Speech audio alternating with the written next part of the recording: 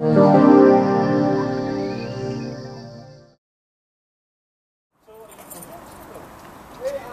really about the interaction of these three guys who've been doing this job for a while, plus a new guy who's brought along his first day and's really left to their kind of tender mercies. And it's John Byrne, who wrote the play, he actually did this job when he was a young lad before he went on to eventually go to art school and become painter and playwright. So it's very much drawn, I'm sure, on things that he experienced at that time. It's a reenactment almost of what life was like in an industrial setup in the mid-50s. And the other characters that are introduced as somebody who's been a Slab Boy, is now a designer, so he gets a bit of stick from the other two, or the other three. And there's, of course, the attractive designer girl who comes in from time to time, and they've all got their eye on her. And it's a very, simple story, but quite poignant in places, but very funny as well. What were the challenges of creating a realistic set and with the props? The hardest part for the set was creating the mess to make it look old and well used and like lived in, like a paint shop would be of that time. Yeah. Just scattering paint and making dirty marks where there should be dirty marks and plumbing.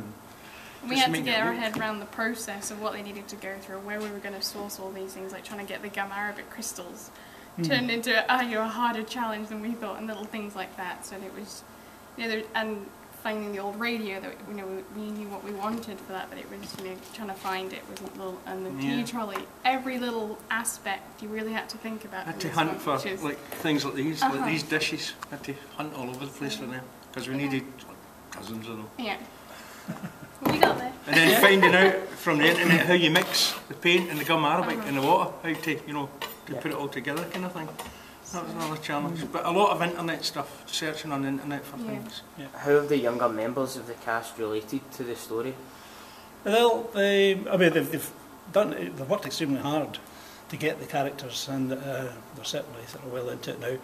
But it has been interesting, particularly in the early parts of the rehearsal, that we had to, Brian and I particularly, had to explain to them